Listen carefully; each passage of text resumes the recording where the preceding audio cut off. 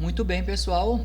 Vamos dando continuidade então, estudando aí a atmosfera. No vídeo anterior, na nossa aula anterior, você viu sobre as zonas climáticas do planeta Terra e agora daremos continuidade falando sobre os elementos e os fatores climáticos, né? Situações, circunstâncias que determinam o clima de uma região ou que podem interferir no clima de uma região. Então vamos lá. Elementos climáticos. Elementos climáticos são grandezas atmosféricas que definem o clima. Elemento climático define o clima. Podem ser medidas ou instantaneamente mensuradas. No ato, no momento, você pode medir ou mensurar aquilo que está acontecendo. São os elementos atmosféricos que variam no tempo e no espaço. Quando você fala variam, quer dizer que eles são dinâmicos, né? Eles sofrerão alterações ao longo do tempo e ao longo do espaço, em que se configuram como atributo básico para se definir o clima da região. São grandezas meteorológicas variáveis, possíveis de medição. Então, temos aqui os principais elementos climáticos. A temperatura, falaremos mais adiante sobre cada um deles, tá? A temperatura, a umidade, as chuvas ou precipitações, aqui podemos entender da mesma maneira, o vento, da mesma maneira não, podemos entender aqui como complementação, tá? A pressão atmosférica e a radiação solar. Então, esses são os elementos climáticos, são situações ou são que definem o clima, que são possíveis de serem medidos instantaneamente e que podem sofrer variações. Aí também temos os fatores climáticos. O que são os fatores climáticos? Circunstâncias que não estão diretamente, atenção, não estão diretamente relacionadas à atmosfera. Então, nenhum fenômeno atmosférico ali não está diretamente relacionado, mas exerce influência sobre os elementos climáticos. Podem ser estáticos, né? Então, podem ser ali parados, não terão muita alteração quando mantém a mesma ação ao longo do tempo. Aí vem uns exemplos aqui. A latitude, você já viu isso no vídeo anterior. Por exemplo, o Brasil é um país predominantemente de baixas latitudes. Significa que ele está localizado entre o Trópico de Câncer e o Trópico de Capricórnio, ou melhor dizendo, ele está localizado ali próximo à linha do Equador, que é a latitude 0 grau. O que isso significa? Significa que é a região mais quente do planeta. Então, é um fator climático. Se nosso país estivesse localizado lá em altas latitudes, próximo ao Polo Norte ou Polo Sul, seríamos naturalmente frios. Um país de clima frio. A altitude, que é essa distância de um ponto com qualquer relação ao nível do mar, né? A cidade foi construída em região serrana, será uma região de clima frio, né? Isso aí não vai ser mudado. A maritimidade, que está próxima ao mar, a continentalidade, né, que está na porção central mais de um continente, o relevo, o ser humano tem a capacidade, né, de alterar um relevo, mas falando em grandes espaços é mais complicado, e desses estáticos aqui, o que sofre maior interação pelo ser humano é a vegetação. Eu falei assim um pouco rápido, porque mais na frente estudaremos um a um. Ou os fatores climáticos ainda podem ser dinâmicos, quer dizer, podem variar. Massas de ar, corrente marítima. São as condições, ainda falando sobre os fatores climáticos, são as condições que determinam ou interferem nos elementos que você viu anteriormente e os climas deles resultantes. São eles que ajudam a explicar o porquê de uma região ser quente e úmida e outra ser fria e seca, por exemplo. São aspectos físicos, isso aqui é uma palavra-chave, pessoal, isso aqui são palavras-chave, na verdade. São aspectos físicos ou geográficos. Então, o relevo é um aspecto físico, a questão da localização em relação à latitude é um aspecto físico geográfico, a altitude, a maritimidade e a continentalidade. Repare que 1, 2, 3, 4, 5, né? Temos 5 aqui importantes fatores climáticos que determinam as características e alterações ou modificações do clima. Nenhum desses daqui estão relacionados a eventos atmosféricos, mas eles interferem. Vamos então falar sobre os elementos do clima. O primeiro é a temperatura. Definição: temperatura é a quantidade de calor no ar. A mensuração do calor na atmosfera, podendo ser medida em graus Celsius, ou Fahrenheit, ou Kelvin, né? Nós adotamos aqui graus Celsius. No Brasil, usa a escala Celsius. Está relacionada à irradiação solar e à distribuição da intensidade da mesma, quer dizer, da mesma que está se referindo à radiação, ao longo do globo e como ela varia com as estações do ano também. Então, a temperatura é nada mais do que esse calor presente aí na atmosfera. A umidade, palavra que você com certeza já ouviu várias vezes. Quantidade de água em sua forma gasosa presente na atmosfera em um determinado momento e lugar, né? Talvez você já viu aí ou tem na sua residência o umidificador. Ele tem essa característica de fazer o vapor de água, né? E esse vapor de água acaba aqui amenizando um pouco a temperatura aí dentro do seu quarto, sala, etc. Nós temos a umidade absoluta e a umidade relativa. Absoluto é a quantidade total. Toda vez que for absoluto é o número total, né? Lembra lá de história, o poder absoluto do rei, o absolutismo, o poder total de água na atmosfera. A umidade relativa do ar é a quantidade de água na atmosfera em relação ao total necessário para haver chuva. A previsão do tempo sempre fala sobre a questão se aquela região está com muita umidade ou baixa umidade, é sempre então umidade relativa. Locais quentes tendem a ser mais úmidos, porque eles têm mais evaporação da umidade do solo e da água dos rios, lagos e oceano, né? Então lembra lá da região térmica tropical ou intertropical? Toda aquela região do planeta que está localizada entre o Trópico de Câncer e o Trópico de Capricórnio é uma região de elevada umidade. Tem a evapotranspiração também das plantas, né? E as regiões frias tendem a ter clima mais seco. O frio é mais seco, pessoal, salvo as exceções.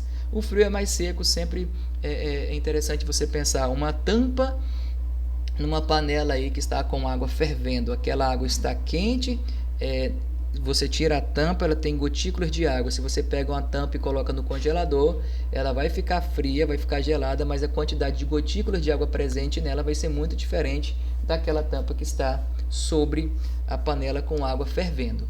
Então nós temos aqui imagens da umidade, né?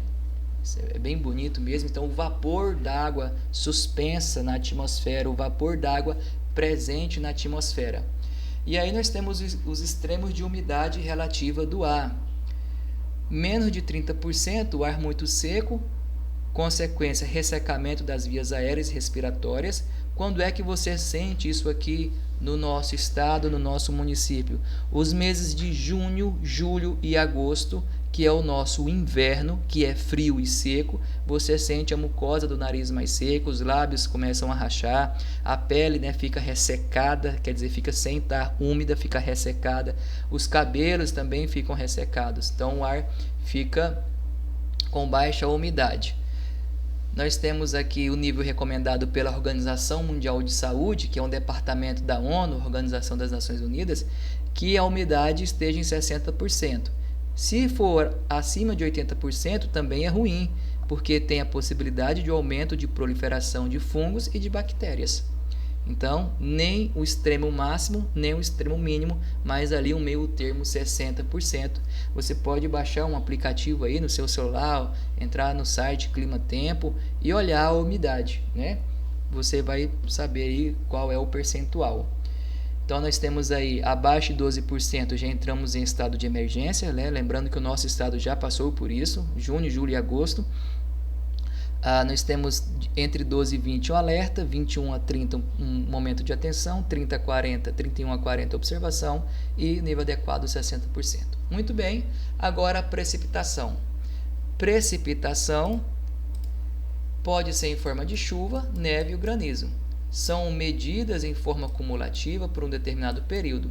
As unidades de medida mais comum é em milímetro ou em centímetro. Aí você já com certeza já ouviu o índice pluviométrico, né? Ou choveu aí 3 milímetros ou 30 milímetros. Então, olha aqui, cada 1 milímetro de chuva equivale a 1 litro de água em uma área de 1 metro quadrado de solo. Então, a cada 1 metro quadrado de solo, você tem ali, representando aqui, né, 1 litro de água. Daí a chuva, né, precipitação em forma de chuva, em forma de neve e em forma de granizo. Elementos do clima ainda, agora os ventos, nada mais é do que o ar em movimento, gigantescas bolhas de ar que se deslocam pela atmosfera devido à diferença de pressão que existem entre essas bolhas de ar. Ocorre principalmente pelos gradientes de pressão, já que o ar tende a se mover, atenção, o ar sempre se move de áreas de alta pressão para baixa pressão. O ar sempre se move de áreas de alta pressão para baixa pressão, ou seja, áreas mais frias para áreas mais quentes. Já vamos entrar nesse conceito aqui, tá? Nós temos os ventos constantes e os ventos periódicos ou sazonais. A palavra sazonal significa exatamente período, tá? Época. Ventos constantes, alísios, sopram o ano todo próximo da linha do Equador. Esses ventos alísios sopram do Trópico de Câncer e do Trópico de Capricórnio em direção à linha do Equador. Já você vai ver a imagem. Os ventos periódicos sazonais são os ventos monsônicos e as brisas costeiras, aquela troca de ar que existe ali entre o litoral e o mar, ou seja, a região costeira. Então vamos aqui, pessoal, entender esse conceito da movimentação das massas de ar. Você tem à sua esquerda aí uma região de alta temperatura. Quando você fala alta temperatura, significa que o Sol está esquentando ou jogando o seu raio solar, a incidência dos raios solares naquele local. O ar se aquece. Quando o ar se aquece, ele fica mais leve, ele sobe. Por que ele fica mais leve? Porque as moléculas ou partículas que compõem então esse gás, ele vai ficar mais afastado. Exemplo muito claro, se você está em uma multidão e está muito quente, você não quer ficar próximo das pessoas, você fala sai para lá, né? dá espaço porque está quente. Então, quando o ar se esquenta, por as moléculas ficarem mais espaçadas umas das outras, aquela região fica com baixa pressão. Então, esse ar sempre estará subindo, fazendo movimento ascendente. Ou seja, em todo o planeta Terra, próximo à linha do Equador, você terá uma região de baixa pressão, porque é a região mais quente, então tem maior evaporação, baixa pressão. Quando você resolve um problema na sua vida, né? Quando você está com muito problema, você fala, eu estou pressionado, estou me sentindo pressionado, parece que tem um peso aqui nos meus ombros. Quando você resolve o problema, você fica leve, né? Você fica leve, você fica sem pressão, você fica com baixa pressão, tá? Então, muita gente começa a confundir porque baixa, né? A pessoa faz uma analogia a baixar, a descer, e não é, tá? Na climatologia aqui, baixa pressão são áreas quentes do planeta, que o ar é esquentado, as moléculas, as partículas ficam mais espaçadas e tende a subir, movimento de ascendência.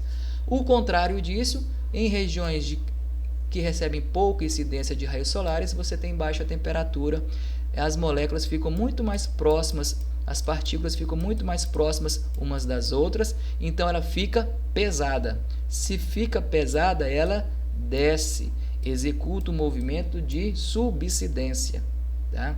Vai descer. Região de alta pressão. Por que alta pressão? Porque essa coluna de ar está descendo o tempo todo. Então, o que foi falado agora há pouco? O ar sempre se move em lugares de alta pressão para baixa pressão. Vamos ao outro exemplo aqui, ó. Agora nós temos aqui, à esquerda, uma célula atmosférica B, que significa baixa pressão. Centro de baixa pressão atmosférica. centro de baixa pressão atmosférica, concentra umidade em uma área, ajuda a formar nuvens e favorece a chuva. E você tem que ter atenção que as áreas de baixa pressão, elas recebem o ar da alta pressão, tá? Por isso que está a seta para você aí. Ao contrário, quando você tem uma alta pressão atmosférica, está sempre jogando para fora, tá? E você tem que ter atenção nesse movimento aqui. Retira a umidade de uma área, o ar seca e menos nuvens se formam e diminui as chances de chuva. Os ventos se originam de áreas anticiclonais, que são áreas frias, de alta pressão e são dispersoras. Vamos voltar aqui na imagem? Áreas frias, de alta pressão e dispersoras. E os ventos ciclonais, você lembra aí de ciclone, áreas quentes de baixa pressão e são receptoras. Olha aqui, áreas quentes de baixa pressão e são receptoras. Aqui eu tenho os ventos. Aqui eu tenho o vento ciclonal e aqui eu tenho o vento anticiclonal. Muito bem. Vamos a mais uma arte aqui, ó. Região. Vamos falar de baixa pressão primeiro, ó. Baixa pressão. As baixas pressões são causadas pela elevação do ar quente, então o ar quente sobe. Este circula no sentido dos ponteiros do relógio, então o sentido horário, aqui no hemisfério sul, né, para nós, e na direção contrária no hemisfério norte. No topo, o ar desloca-se para fora e é arrastado para outro lado. Alta pressão. As altas pressões resultam da descida. Então, veja o movimento subsidente. A alta pressão, ele é frio, ele é pesado, ele é denso. A rotação da Terra faz o ar, ao descer, circular à volta do centro da alta pressão. O ar desloca-se no sentido dos ponteiros do relógio, ou seja, o sentido horário no hemisfério norte, e no hemisfério sul a direção é contrária, quer dizer, o movimento é anti-horário. Então, nós temos aqui mais outro exemplo, mais outra arte. Aqui, circulação em altitude, como se você estivesse olhando aí de frente, né? Então, nós temos aqui o centro, deixa eu colocar a caneta para ficar mais fácil. Centro de alta pressão, que pode ser o vento anticiclone. Repare que ele está descendo, né, e está espalhando, está dispersando. E a região de baixa pressão? Ela recebe todo esse ar. Então, sempre essa é a dinâmica, o ar saindo de um lugar de alta pressão e indo para baixa. Agora, vamos imaginar aqui eu fazendo esse olhar agora de cima. Olhando de cima, isso aqui, pessoal. Ó. A alta pressão é uma célula dispersora e a baixa pressão ela é receptora. Temos mais uma arte? Temos aqui. Ó. Este movimento o tempo todo. O ar frio, denso e pesado desce e procura um lugar de baixa pressão. Vamos dar outro exemplo aqui. Imagine aí um imenso sachê de ketchup. De repente você pula nesse sachê de ketchup. Quando você pula, faz uma alta pressão. O ketchup, ele voltou para os seus pés ou ele tentou espalhar? Ele se espalhou, porque você fez uma alta pressão. Para onde esse ketchup foi? Para uma área de baixa pressão. Ou no dia a dia, né, na nossa criação aí, nós temos os pais, os avós, que são lugares de alta pressão e baixa pressão, né? Quando você é jurado de uma peia, quer dizer, vem uma alta pressão por aí. E aí você procura um colo, procura um lugar de baixa pressão, alguém que vai te proteger. Então a dinâmica atmosférica também é assim. O ar frio, denso e pesado desce e procura um lugar onde ele possa se estabelecer. Geralmente esse lugar é um lugar de baixa pressão, tá? Então, o que você tem que sempre ficar atento? Frio, o ar desce frio, pesado, espalha. Baixa pressão, é quente, é subsidente, é leve, ele recebe. Dispersa, recebe. No planeta Terra, como fica isso? Depois que você já entendeu aquela questão das zonas climáticas, ó, na região da linha do Equador, é a baixa pressão. Por que é baixa pressão? Porque aqui é quente, então o ar sempre está subindo. Na região próximo dos trópicos, professor, como é que o senhor sabe que é próximo dos trópicos? Olha o grau aqui, 30 graus. Eu sei que o trópico de Câncer, o trópico de Capricórnio, tem 23 graus e 27 minutos. Alta pressão, o ar está descendo, frio e pesado. Por dinâmica atmosférica, ó, você tem alta pressão na região dos polos, então por dinâmica atmosférica, essa região de 60 graus vai ser de baixa pressão, tá? E aí, com o tempo você vai pegando aqui esses macetes, né? Essa arte aqui é muito bacana, né? Tem a movimentação das massas de ar, não vamos aprofundar nisso aqui por enquanto, tá?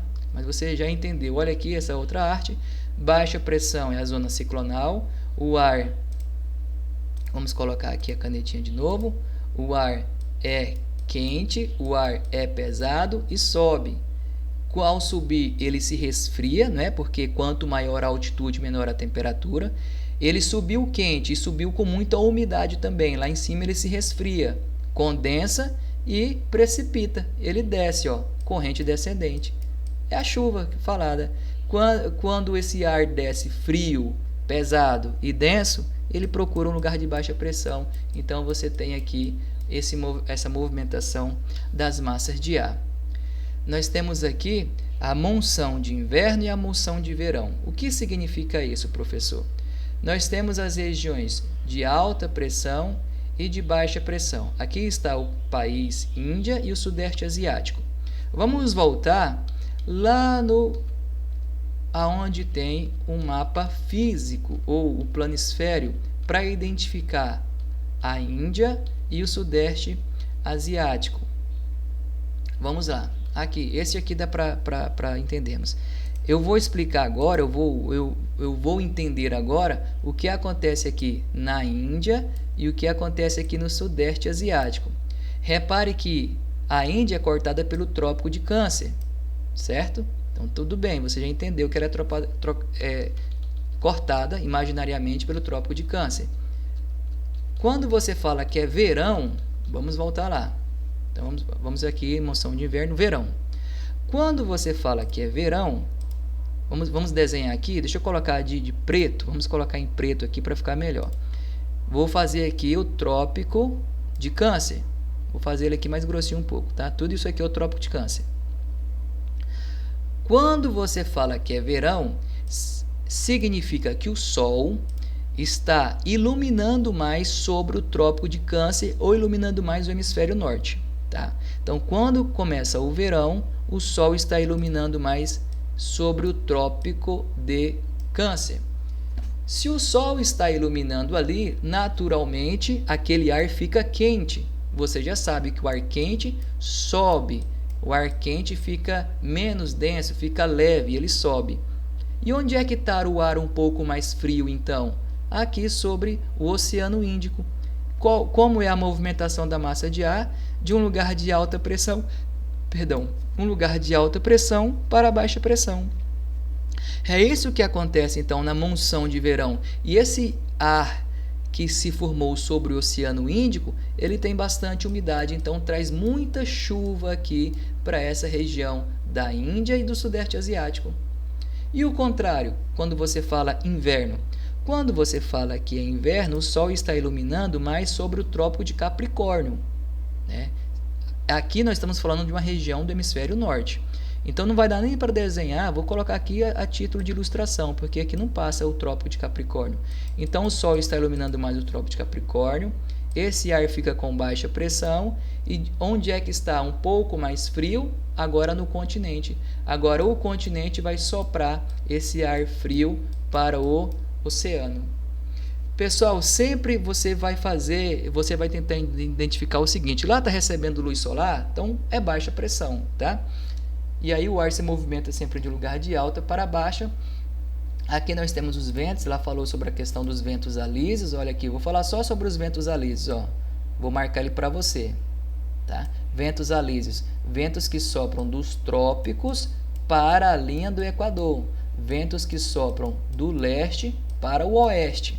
Tudo bem? O Brasil recebe os ventos alísios, o professor recebe. Vamos tentar desenhar o Brasil aqui de novo. Olha o tanto que é importante você ter em sua cabeça aí o mapa mental. Qual região do Brasil que recebe os ventos alísios principalmente? Região Nordeste. Por isso que a região Nordeste tem um grande potencial para geração de energia eólica, tá?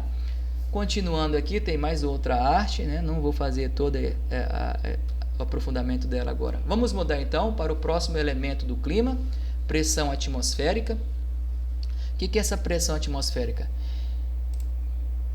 É a força provocada pelo peso do ar, vamos colocar vermelho aqui novamente, pelo peso do ar sobre uma superfície, cujo valor expressa em milibares.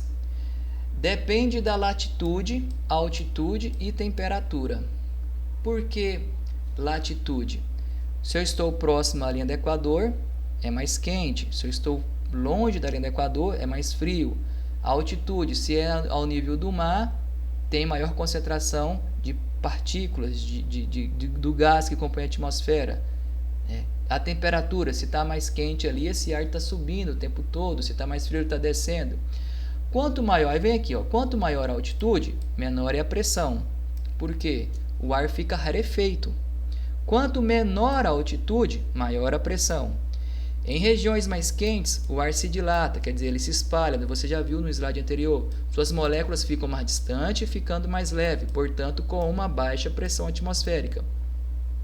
Próximo aos polos, o ar é frio e o frio é mais rigoroso. O frio concentra e agrega moléculas do ar, tornando mais denso, aumentando assim a pressão atmosférica. Em locais muito altos, como nas montanhas e as cordilheiras, né, quer dizer, as montanhas em geral, o ar mesmo mais denso pelo frio é rarefeito por conta da gravidade, tornando aí uma exceção à regra, pois a pressão atmosférica é menor por conta da altitude. Então nós temos aqui mais uma arte, mais uma ilustração. Então, quanto maior a altitude, menor é a temperatura e também menor é a pressão atmosférica, porque eu posso aqui, ó, olha as partículas de ar, como elas estão espaçadas, o ar fica rarefeito, por isso que os jogadores de futebol sentem tanto quando vão jogar em países de elevada altitude. Eles não acertam ali o chute, o toque, porque o peso, a resistência do ar em relação à bola é diferente, né? Ele foi treinado aqui em lugares de baixa altitude. Quanto menor a altitude, maior a pressão atmosférica, basta você observar a quantidade de partículas de ar. Isso aqui é bem bacana, ó. Isso aqui é verdadeiro. Cidade de São Paulo está a 750 metros de altitude. Cidade de Santos está ao nível do mar. Então, olha aqui a representação dizendo que a cidade de São Paulo tem uma menor coluna de ar, a menor pressão atmosférica. Quer dizer, aqui você tem partículas de ar mais rarefeitas, né? Ao contrário, cidade de Santos ao nível do mar, você tem uma maior coluna de ar. Isso aqui é bem ilustrativo para você poder entender, tá? Então aqui você tem a diferença de temperatura entre as cidades, né? Naturalmente São Paulo vai tender a ser um pouco mais frio, porque maior a altitude, menor é a temperatura. A cidade de Santos será um pouco mais quente, né? Porque está em baixa altitude. Elementos do clima: radiação solar é o calor recebido pela radiação da luz solar. 31% da radiação solar atinge a superfície terrestre, 30% é refletida pelas camadas de nuvens e volta para o espaço, 6% é refletido pelo solo, 15% é absorvida na atmosfera pelo vapor de água, gás carbônico e partículas suspensas no ar, e 3% é absorvido pela ionosfera na formação do ozônio. 15% da radiação solar incidente é dispersada pelas partículas sólidas e gasosas. Não precisa de você decorar isso aqui, é para o seu conhecimento, para saber que existe. E aqui essa a arte que faz toda a releitura do slide anterior. Basta você lembrar então que radiação solar é o calor recebido pela radiação da luz do Sol e ela vai absorver ou vai refletir ou vai se concentrar em porcentagens diferentes, tá? Diferentes. Agora vamos mudar. Falamos sobre os elementos do clima, agora sobre os fatores do clima, que são aspectos físicos geográficos, não é? Como que os fatores do clima podem interferir diretamente, então, no clima de uma região? Relevo. Relevo são as imperfeições da superfície terrestre ou a diferença de altitude, não é? Podem influenciar na movimentação das massas de ar, determinando diferenças nas chuvas, nas precipitações e temperatura de uma região. No Brasil, as serras do centro-sul do país formam uma passagem que facilita a circulação da massa de ar polar atlântica e dificulta a passagem da massa tropical atlântica. Já já você verá uma imagem sobre isso. O caso mais marcante no nosso país é a Serra da Borborema, no litoral nordestino, que contribui com o clima semiárido do sertão dessa região e provoca chuvas abundantes em seu litoral. Então nós temos aqui a representação do Planalto da Borborema e as chuvas orográficas. Então, você tem o Planalto da Borborema e ele funciona como uma barreira. Você tem as massas de ar que se formam sobre o Oceano Atlântico. As massas de ar que se formam sobre o Oceano Atlântico, próximo à linha do Equador, elas são quentes, correto? Elas são quentes. Se formam sobre o oceano, elas são secas ou úmidas? Ora, uma massa de ar que se forma sobre o oceano está carregada de umidade. Os ventos alísios, lembra dos ventos alísios? Ventos que sopram dos trópicos, vou tentar fazer ele bem desse lado aqui, ó. Ventos que sopram dos trópicos em direção à linha do Equador. Tá vendo? É importante você dominar mesmo todo o assunto. Então você tem as massas de ar que se formaram sobre o Oceano Atlântico, que são, vou colocar Q de quente e úmida, quente e úmida. Ela é soprada aqui para o interior do país, do Brasil. Quando chega aqui, ela encontra uma barreira natural, que é o Planalto da Borborema, ou a Serra da Borborema. E ela vai se acumulando, ao se acumular, ela ganha altitude. Quando ganha altitude, diminui a temperatura, lembra disso? Quanto maior a altitude, menor é a temperatura. Menor é a temperatura, se condensa e precipita em forma de chuva. Você vai ter a chuva orográfica. No mundo todo, em qualquer lugar que você tiver, você tem apenas 3 tipos de chuva. A chuva orográfica, que também é chamada chuva de relevo, e você está vendo por que é chuva de relevo. A chuva frontal, que é uma frente quente encontrando uma região fria, uma frente fria. E a chuva convectiva, que é uma chuva que acontece muito na região da floresta amazônica.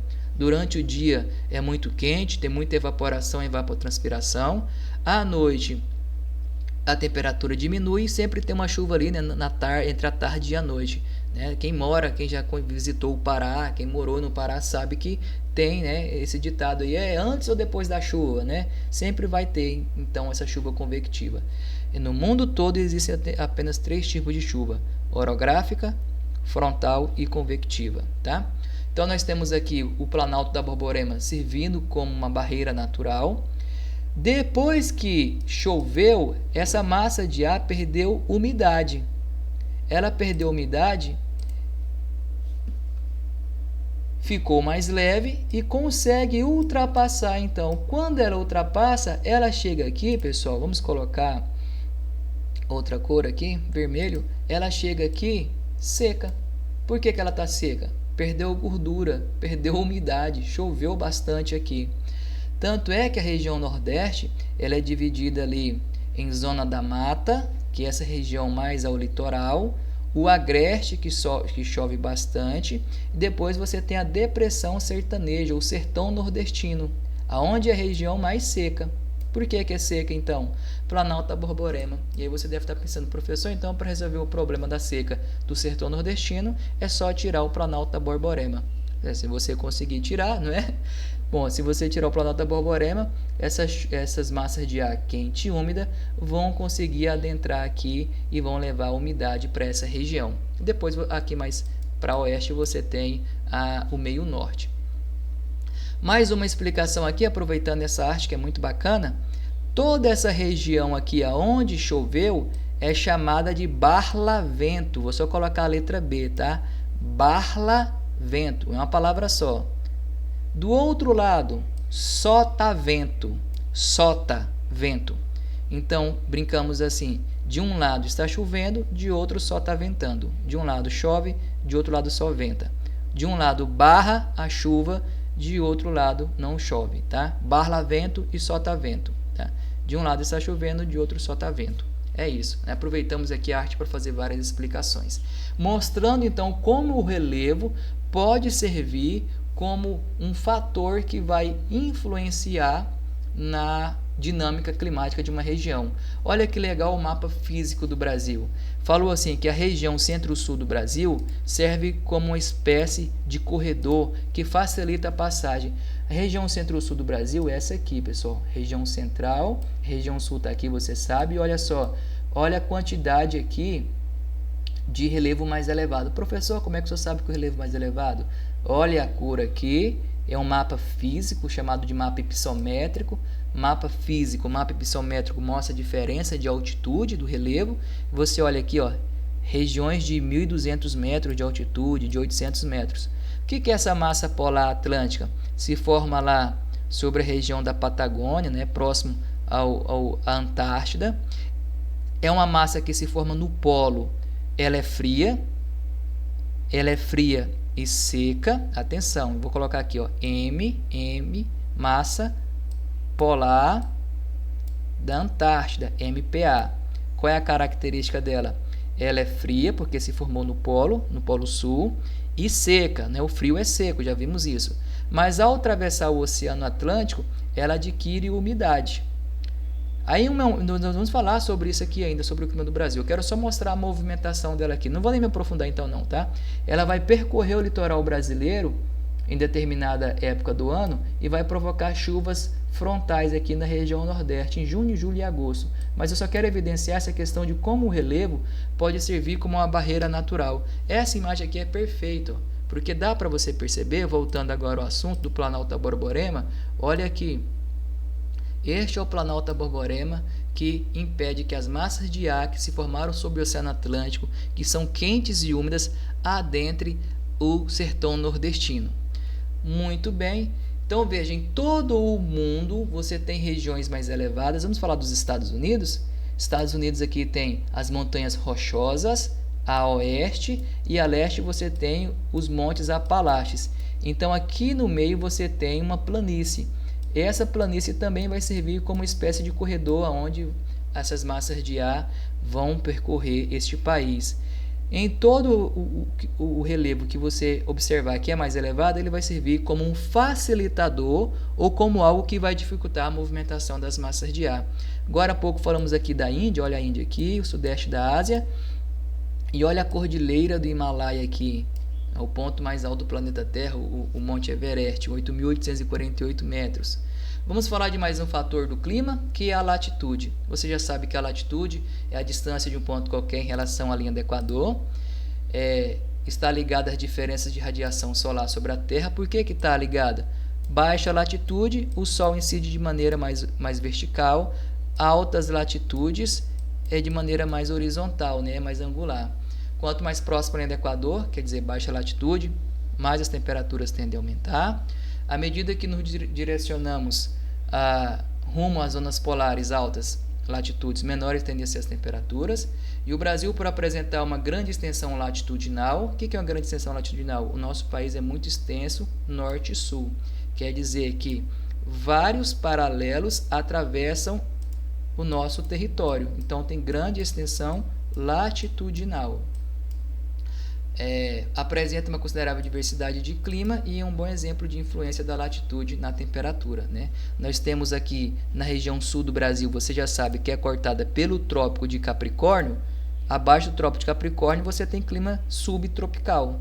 E aqui na região central do Brasil você tem o clima tropical e na região norte o clima equatorial. Por que tem essa diversidade de clima no Brasil?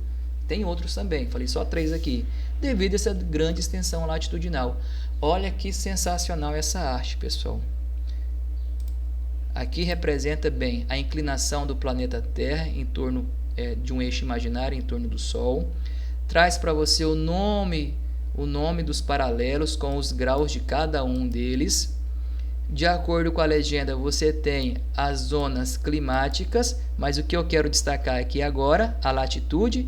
Baixas latitudes, quer dizer, próxima à linha do Equador, o Sol incide de maneira praticamente perpendicular. Elevadas latitudes, quer dizer, distantes da linha do Equador, o Sol incide de maneira muito mais horizontal, muito mais inclinada, então não vai ser tão quente assim. Ótima arte essa aqui para poder evidenciar a questão da latitude como um fator climático. Essa aqui também representa a mesma coisa.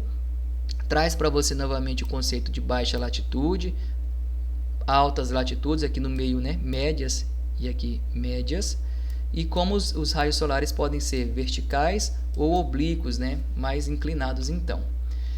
Outra arte também que representa exatamente pelo gradiente de cores aqui, as regiões mais quentes, as regiões mais frias. Nossa, professor, pessoal, desculpa. Daí é interessante você ter em sua mente quais são as linhas imaginárias.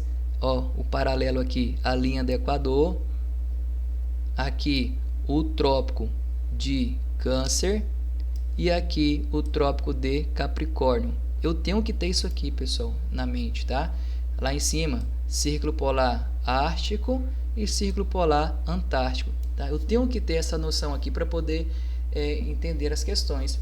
A altitude como um fator climático refere-se à altura da superfície em relação ao nível do mar. Quanto maior for a altitude de uma região, menor será a pressão e a temperatura, já falamos isso aqui. Isso ocorre porque o ar se torna rarefeito, também já foi explicado. Os gases e a umidade encontrados na atmosfera. Com um número menor de matéria, o calor se dissipa rapidamente para o espaço sideral. É difícil que o calor alcance as áreas de altitude elevada, que ficam mais distantes do solo, pelo fato do calor emitido pelo Sol ser absorvido pelo solo e depois irradiado para a atmosfera, mantendo a temperatura amena. A temperatura dessas áreas, portanto, é muito mais baixa. Uma arte para poder representar a diferença. Deixa eu colocar vermelho aqui. Quanto maior a altitude, menor é a temperatura, menor é a pressão atmosférica. Veja aqui a altitude, 1.000 metros, 2.000, 3, 4 até 8.000 metros. E aí, se muda o clima, pessoal, automaticamente muda a vegetação. O clima é um fator determinante na vegetação, que será assunto aí para as próximas explicações também. Então, olha, em baixas altitudes, olha como fica a vegetação. À medida que você vai aumentando a altitude, a vegetação vai se adaptando ao tipo climático, tá? Então, eu tenho aqui, ó, precipitação líquida em forma de chuva. Regiões mais elevadas pode nevar. Quanto maior a altitude, menor a temperatura e menor é a pressão. E pode ter precipitação em forma de neve lá no cume da montanha. Aqui nós temos mais outro exemplo, a variação da temperatura conforme a altitude. Professor, poderia usar essa imagem para falar sobre a pressão atmosférica? Poderia. Né? Lembrou muito lá a imagem da cidade de São Paulo e da cidade de Santos. Inclusive aquela imagem já caiu na questão do Enem, pessoal. Então veja, nível do mar, nível 0. Depois eu tenho 600 metros acima do nível do mar e 1.200 metros acima do nível do mar. Repare como a temperatura diminui à medida que a altitude aumenta, tá? Então, a altitude é um fator físico geográfico que vai servir como um fator do clima, vai mudar o clima. Próximo fator agora, a questão da maritimidade. Maritimidade é a proximidade de um local em relação ao mar. Vamos fazer a parte teórica, depois passar para a imagem para explicar, tá? O tempo de aquecimento e resfriamento das águas e dos solos são diferentes, provocando mudanças periódicas na direção dos ventos. Por que muda a direção de um vento? Porque você já viu que a massa de ar ou que o vento se move de um lugar de alta pressão, que é um lugar que está com a atmosfera mais fria, para baixa pressão, que é um lugar que está mais quente, que transportam para os continentes a umidade provocada pela evaporação das águas oceânicas. A temperatura das águas dos oceanos também interfere nos climas da região litorânea e até mesmo em algumas regiões continentais. A continentalidade é outro fator do clima, agora nós vamos fazer a explicação dos dois. Continentalidade é a posição de um local mais adentro do continente. Os continentes se aquecem rapidamente, o solo se aquece e resfria muito mais rápido do que as massas de água. Assim, a amplitude térmica é muito maior nas localidades onde há mais continente e menos oceano. Apareceu um conceito aqui, ó, amplitude térmica. A amplitude térmica é a diferença entre a maior temperatura registrada no dia e a menor temperatura registrada naquele dia, tá? Então veja aqui, ó, de 26, um exemplo qualquer, de 26 graus Celsius para 35 eu tenho uma grande amplitude térmica. Pode ser no dia, pode ser na semana, pode ser mensal, pode ser anual. O certo é você sempre lembrar que a amplitude térmica é a diferença entre a maior e a menor temperatura, tá? No caso aqui, não, deixa eu fazer a explicação, depois eu volto para dar o exemplo aqui. Então, nós temos a primeira arte para explicar maritimidade e continentalidade. Maritimidade, proximidade com o mar, continentalidade, distância mais afastada do mar. Você já entendeu que a superfície se aquecem de maneira diferente, né? O Sol tem muito mais facilidade, olha aqui, está o Sol aqui, ó. Ele tem muito mais facilidade para aquecer a superfície terrestre do que a massa de água. Por quê? É difícil para esse raio solar penetrar e aquecer toda essa massa de água. Então, durante o dia, qual a região que se aquece mais rápido? A do continente, a Terra. Vamos falar assim, a Terra se aquece mais rápido. Quando a Terra se aquece mais rápido, o ar fica leve, o ar sobe. Quer dizer que aqui embaixo virou uma área de baixa pressão. Está vago, vamos dizer que está vago. E onde é que está a minha área de alta pressão? Onde é que o ar está frio? Sobre o oceano. Então, naturalmente, esse ar vou colocar aqui, ó, AP, de alta pressão, vai ser soprado para o lugar de baixa pressão. Então, em regiões costeiras durante o dia, se você já visitou o litoral e vai visitar, se não visitou, vai visitar, observe isso, durante o dia você tem essa brisa marítima. Está até aqui, ó, já que eu no Enem isso também. Brisa marítima, ou brisa marinha, pode aparecer assim para você. Esse ar soprando do oceano para o continente devido a essa diferença de pressão. Quando fica de noite, né, aqui está de madrugada, essa água agora está quente. Se ela está quente, esse ar, né, vamos falar melhor, esse ar sobre essa massa de água se aquece, ele sobe, então agora a baixa pressão é aqui. E onde é a alta pressão? Onde é que está um pouco mais frio? Na parte terrestre, na parte sólida, na parte do continente. O ar se move sempre de um lugar de alta pressão para baixa. Então, lembrando da música, minha jangada vai sair pro mar, vou trabalhar. Que hora é que você vai sair com a sua jangada aí para aproveitar o vento, a brisa continental? De madrugadinha, pode acordar de madrugada aí, pode colocar a sua jangada para sair para trabalhar, porque você vai ser favorecido pela brisa continental. Mais outra arte aqui, pessoal. Durante o dia, basta você lembrar, se você já visitou um rio aí, né? Entrou lá no rio 3 horas da tarde, tá quente pra caramba, e tu entra no rio, a água do rio ainda tá gelada ainda, né? Ainda tá fria, mesmo no calor, porque essa massa de água ela demora um pouco mais, dependendo da extensão do rio aí, né? Do volume de água, demora um pouco mais para se aquecer. E a terra se aquece e se resfria muito mais rápido. Então, mais uma arte aqui, ó.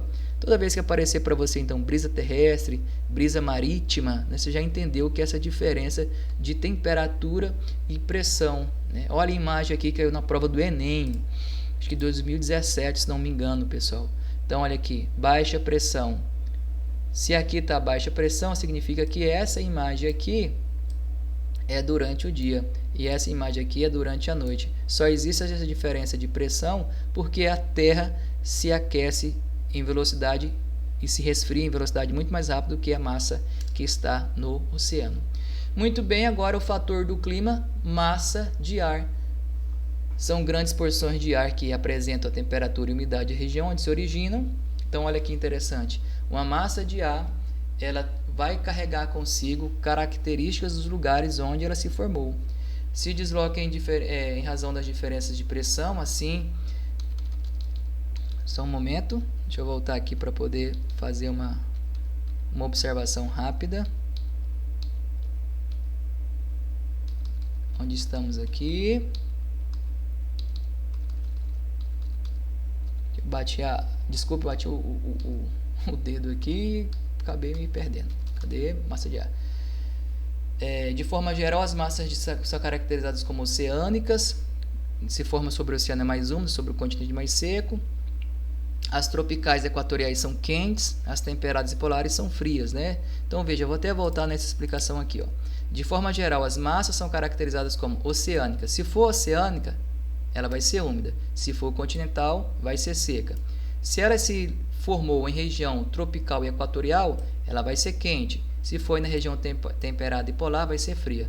Ou seja, uma massa de ar pode ser quente e úmida ou pode ser fria e seca. O encontro de duas massas forma uma frente, geralmente uma frente e outra quente, denominada de frente. Eu já falei sobre a questão das chuvas frontais. Quando elas se encontram, ocorrem chuvas e o tempo muda. Massa de ar frio e úmido, por exemplo, são responsáveis por diminuir a temperatura e aumentarem a umidade. E aqui nós temos uma outra arte para falar sobre as principais massas de ar. Esse M se refere à massa. A letra maiúscula, a segunda, é onde se formou. Ó. É equatorial, quer dizer, próximo à linha do Equador. CT, ó, massa continental tropical. CAA, continental da Antártida, tá? MP, massa polar. MT, massa tropical e assim por diante. É só para você entender a atuação das massas de ar a nível mundial. Vegetação impede a incidência direta dos raios solares na superfície, amenizando o aquecimento. A vegetação é uma proteção natural, né? Basta você imaginar aí o seu lote, se tinha árvore, se tinha vegetação e agora você tirou e agora está quente pra caramba. Aumenta a umidade através do processo chamado de evapotranspiração, contribui para as precipitações com a qualidade do ar, diminui a poluição do ar atmosférico e o efeito estufa. E aqui uma arte para representar a cobertura florestal mundial.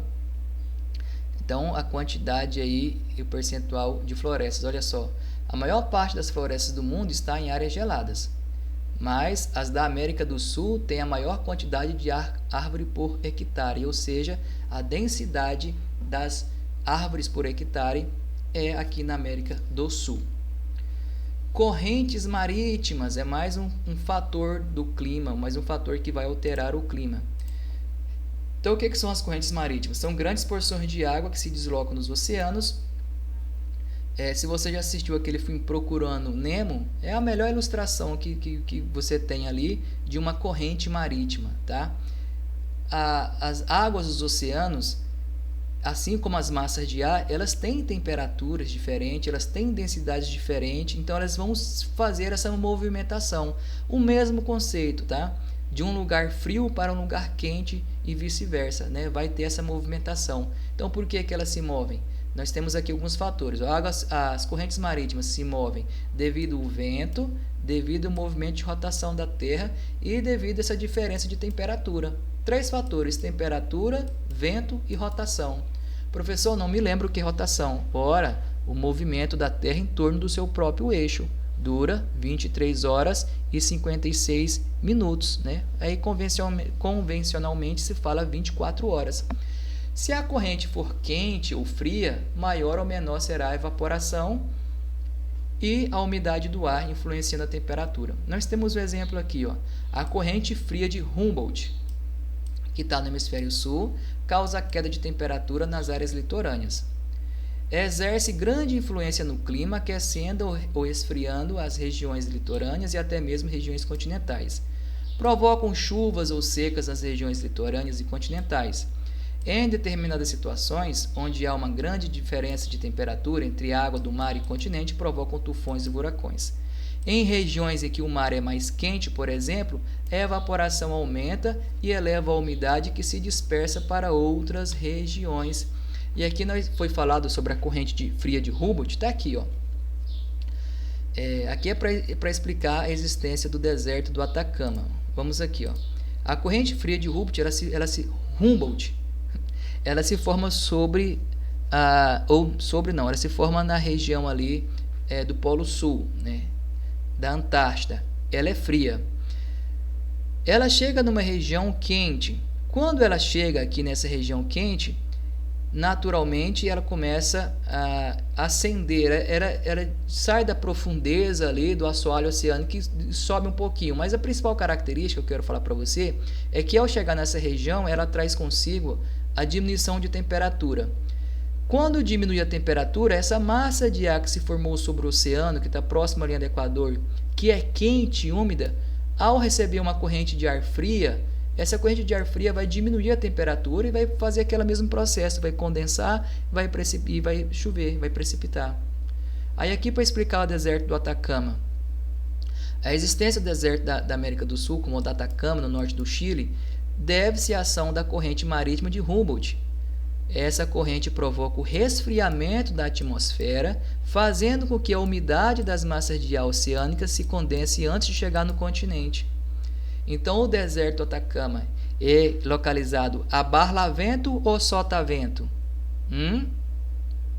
Barlavento. Do outro lado, Sotavento, tá? Então, existe o deserto do Atacama não é porque a Cordilheira dos Andes atrapalha, mas essa massa de ar, essa corrente marítima fria que diminui a temperatura do ar que está sobre o Oceano Pacífico e faz com que chova no oceano e não chova nessa região aqui do deserto do Atacama.